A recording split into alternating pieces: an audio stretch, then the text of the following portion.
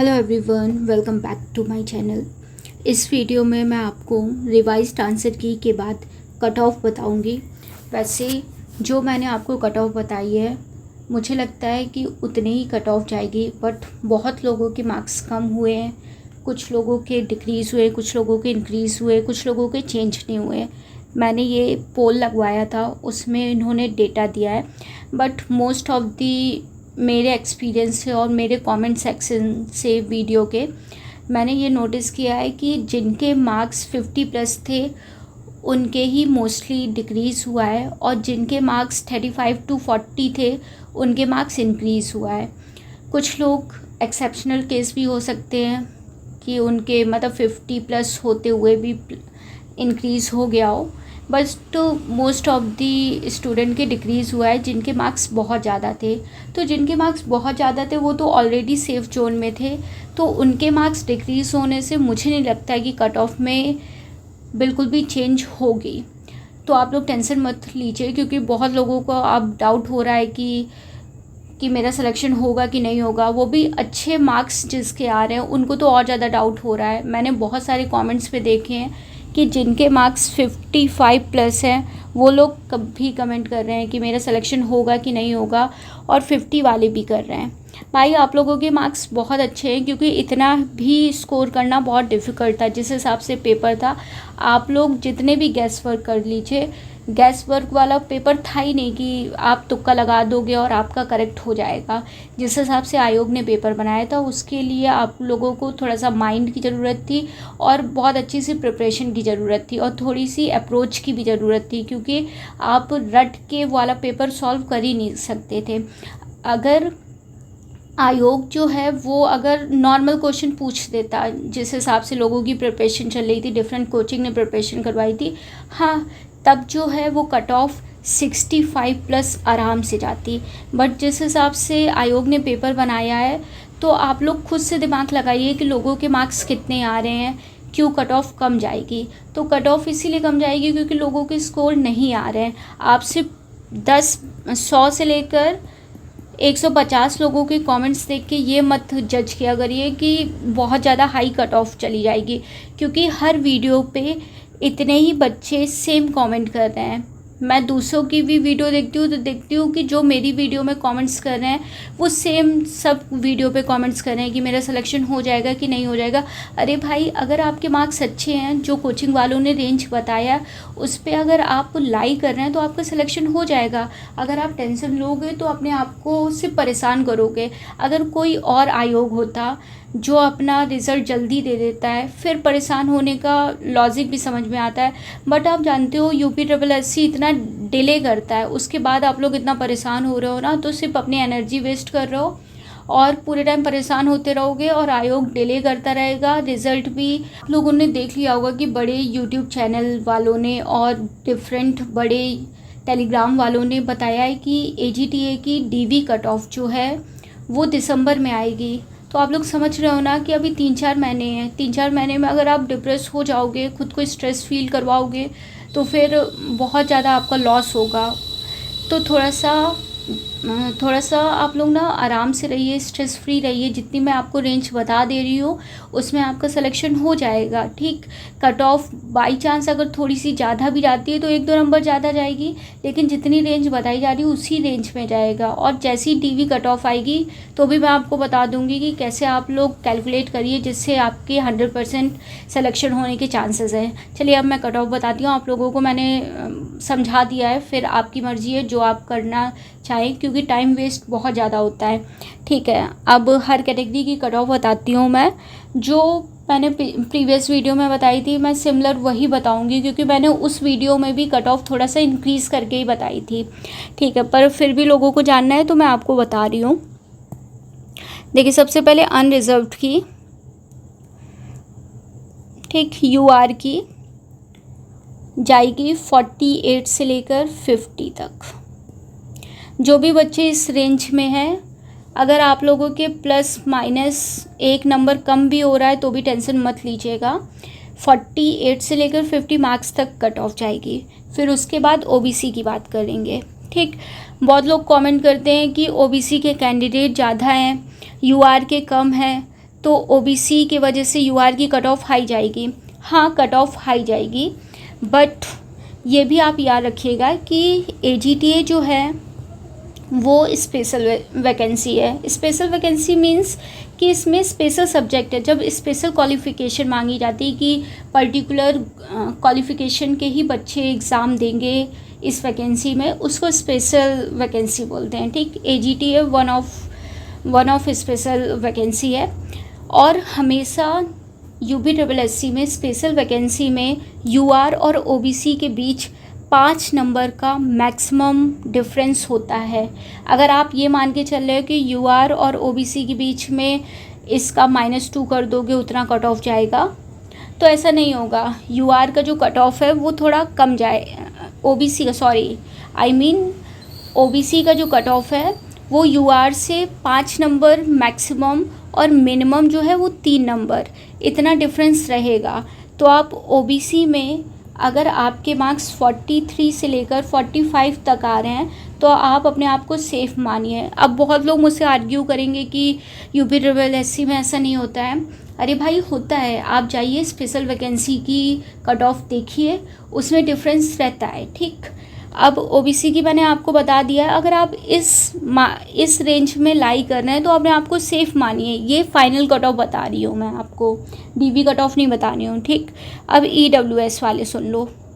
देखो, ईडब्ल्यूएस का cut off जो है वो भी इस बात पे भी डिपेंड करता है कि कितने कैंडिडेट का उस फाइनेंशियल ईयर में ईडब्ल्यूएस सर्टिफिकेट बना है जो आयोग ने माना है। ठीक, अगर जितने ईडब्ल्यूएस वैलिड हो जाएंगे उतना कट ऑफ हाई चला जाएगा। जितने ईडब्ल्यूएस अनवैलिड सर्टिफिकेट हो जाएगा तो ईडब्ल्यूएस का कट ऑफ और कम हो सकता है। ठीक, तो वो डिपेंड करता है, बट ओबीसी से कम रहेगा। फिर भी मैं अभी बता दे रही हूँ आपको, 40 to 43 अगर आपके मार्क्स आ रहे हैं, इससे कम भी जा सकता है। वो डिपेंड करता है कि कितने वैलिड सर्टिफिकेट है, कितने इनवैलिड सर्टिफिकेट है। ठीक, ईडब्ल्यूएस का सबसे अनप्रेडिक्टेड होता है कि उसमें प्रेडिक्ट नहीं कर सकते हैं कि कितने सर्टिफिकेट सही होंगे। लेकिन फिर भी अगर आपके 40 to 43 तक बन रहे हैं तो आप सेलेक्टेड मान लीजिए अपने आप को। ठीक, उसके बाद एससी की बात करेंगे। एससी की जो कट ऑफ है वो जाएगी 34 to 35 मार्क्स।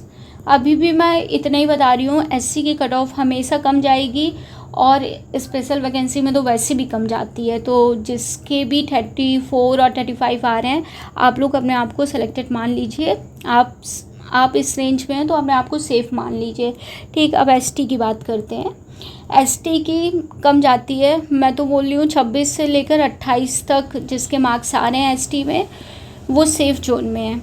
उसके बाद बात करते हैं गर्ल्स की, फ़ीमेल की। ठीक, देखो, फ़ीमेल की मुझे जहाँ तक लगता है, जिस हिसाब से सीट है 600 प्लस सीट है ना आप लोगों की, तो मुझे जहाँ तक एक्सपीरियंस से लगता है कि आप लोगों की जो मैक्सिमम कट ऑफ है वो 30 जा सकती है। अगर बहुत लोगों को डाउट हो रहा है कि गर्ल्स के तो बहुत सारे मार्क्स हैं, अरे भाई, जिनके मार्क्स ठीक ठाक है सिर्फ वही कमेंट कर रहे हैं, जिनके मार्क्स ख़राब हैं वो लोग कमेंट नहीं कर रहे हैं।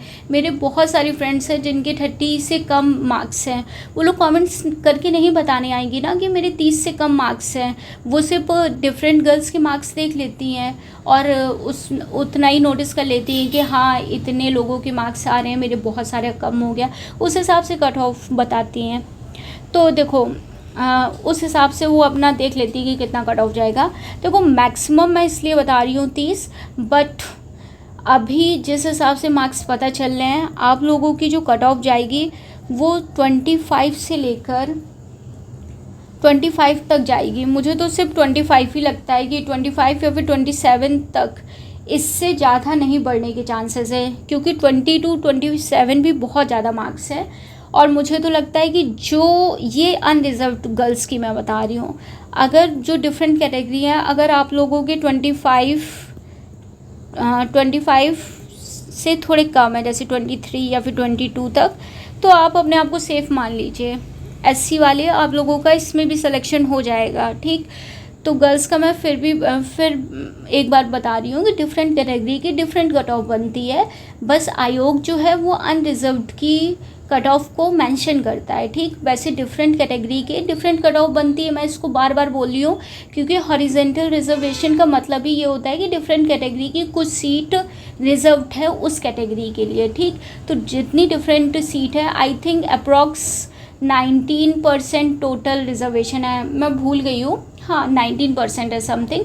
तो उसकी डिफरेंट कैटेगरी से रिजर्वेशन है, ठीक। आप लोग समझ गए होंगे कि डिफरेंट कैटेगरी की डिफरेंट कट ऑफ बनती है। बार बार मैं इसीलिए रिपीट कर रही हूँ क्योंकि गर्ल्स बहुत ज़्यादा टेंशन में। जो अनरिजर्व वाली है, आप लोग प्लीज़ ये मान के चलिए कि आपके अगर स्कोर 25 तक है तभी आप सेफ़ हो। एससी वाले थोड़ा सा कम भी मान लीजिए, अगर आप 22, 23, 24 भी हैं फिर भी आप लोगों का सिलेक्शन हो जाएगा, ठीक। ये रही फीमेल की।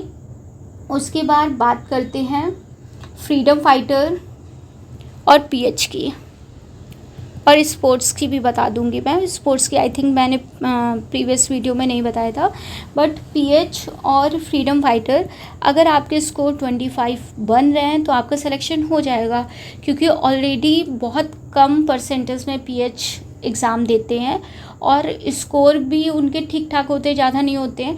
तो जिनके भी मार्क्स 25 तक बन रहे हैं आप लोग अपना सिलेक्शन मान लीजिए, ठीक। और स्पोर्ट्स की बात करूँगी, देखो स्पोर्ट्स पे ये डिपेंड करता है कि सर्टिफिकेट अगर वैलिड मिल गए बहुत लोगों के तो कट ऑफ आप लोगों की 27 तक जा सकती है या फिर 30 तक जा सकती है, 27 से लेकर 30 तक जा सकती है, ठीक। जो डीवी कट ऑफ आएगी आप लोगों की ज़्यादा होगी, क्योंकि बहुत लोग सेलेक्ट कर देते हैं कि हाँ मेरे पास स्पोर्ट्स सर्टिफिकेट है, बट डीवी के बाद जब उनके स्पोर्ट्स सर्टिफिकेट चेक किए जाते हैं तो बहुत ज़्यादा इनवैलिड निकलते हैं। उसके बाद फिर से जब डीवी हो जाती है, डीवी के बाद फिर से एक डीवी कट ऑफ आती है स्पोर्ट्स वालों के लिए, और डिफरेंट कैटेगरी जिसमें कैंडिडेट उनको वैलिड नहीं मिलता है उनकी डिफरेंट कैटेगरी से कट ऑफ आती है। स्पोर्ट्स की हमेशा इसलिए आती है क्योंकि धोखे से जब हम लोग फॉर्म भरते हैं तो ज़्यादा नॉलेज नहीं होती है, तो हम लोग स्पोर्ट्स वाले में भी टिक कर देते हैं। इस वजह से जो डीवी कट ऑफ आएगी वो थोड़ी सी ज़्यादा आएगी, आई थिंक 35 तक आएगी, ठीक। बट जिनके मार्क्स कम हैं और आपके पास सर्टिफिकेट है तो आप लोग डीवी के बाद भी उम्मीद रखिएगा कि आप लोगों का सिलेक्शन हो सकता है, ठीक। तो स्पोर्ट्स वाले बिल्कुल भी परेशान मत हो, आपके मार्क्स कम है फिर भी आपका सिलेक्शन हो सकता है, ठीक। मैंने सारी कैटेगरी की बता दी है, कोई अगर बाकी रह गया हो तो कमेंट कर देना।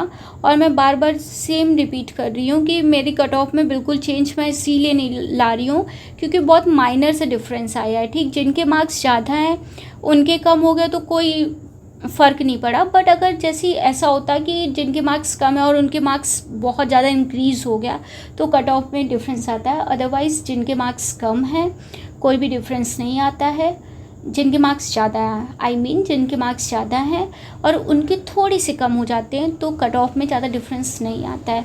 तो जिनके यूआर में 48 to 50 मार्क्स है आप लोग सेलेक्टेड समझ लीजिएगा अपने आप को, थोड़ा सा टेंशन फ्री होके पैट दे दीजिए। उसके अलावा पैट से रिलेटेड जितनी वैकेंसी है वो दे दीजिएगा, क्योंकि आयोग अभी आपको मतलब आप लोगों का बहुत टाइम वेस्ट करेगा, ठीक। अभी दिसंबर में डीवी कट ऑफ आएगी, उसका डीवी शेड्यूल जो है आप लोगों का जनवरी पहुंच जाएगा। जनवरी के बाद जिस हिसाब से 3x लोगों को बुलाते हैं तो आप लोगों का मुझे लग रहा है कि जनवरी के हाफ में डीवी स्टार्ट करेंगे, ठीक। 15 जनवरी के बाद ही डीवी आप लोगों की स्टार्ट होगी और आप लोग मान के चलिए आप लोगों का 1 और आधा महीना आराम से लग जाएगा, क्योंकि वो सिर्फ 150 दो बैच में बुलाता है, एक मॉर्निंग वाला एक आफ्टरनून वाला, ठीक। 150 बुलाता है, मतलब एक दिन में 300 लोगों को बुलाता है, ठीक। और 3x लोगों को बुलाता है। आप लोगों की वैकेंसी 3400 समथिंग जितनी भी है, अब उसका 3x आप लोग कर लीजिए, ठीक, या फिर डिफरेंट कैटेगरी का 3x कर लीजिए। तो कितने कैंडिडेट को, मतलब अप्रॉक्स में हिसाब से 10,000 लोगों को बुलाया जाएगा डीवी के लिए। आप लोग समझ रहे हो ना, 10,000 लोगों का करने में ही 2 मंथ लग जाएगा। फिर 2 मंथ के बाद आप लोग 3 महीने आराम से वेट करिए, फिर आप लोगों का रिज़ल्ट आएगा, ठीक। तो अभी बहुत लॉन्ग प्रोसेस है, तो अगर आप अभी खुद को स्ट्रेस में डाल लोगे ना तो बहुत ज़्यादा आप लोगों को मेंटल इशू हो जाएगा, बहुत ज़्यादा एंजाइटी होगी। और अभी भी मुझे लगता है कि बहुत सारे लोग सफ़र कर रहे होंगे, तो ये मैंने इसलिए समझाया क्योंकि मैं ये सब सफ़र कर चुकी हूँ और मैं आपको अपने एक्सपीरियंस से बोल सकती हूँ, वो आप लोगों की मर्ज़ी है कि आप लोगों को क्या ठीक लगता है। ठीक है, ये मेरी कट ऑफ है। जिसको जो डाउट हो प्लीज़ कमेंट कर दीजिएगा, मैं रिप्लाई कर दूँगी। ठीक है, बाय बाय।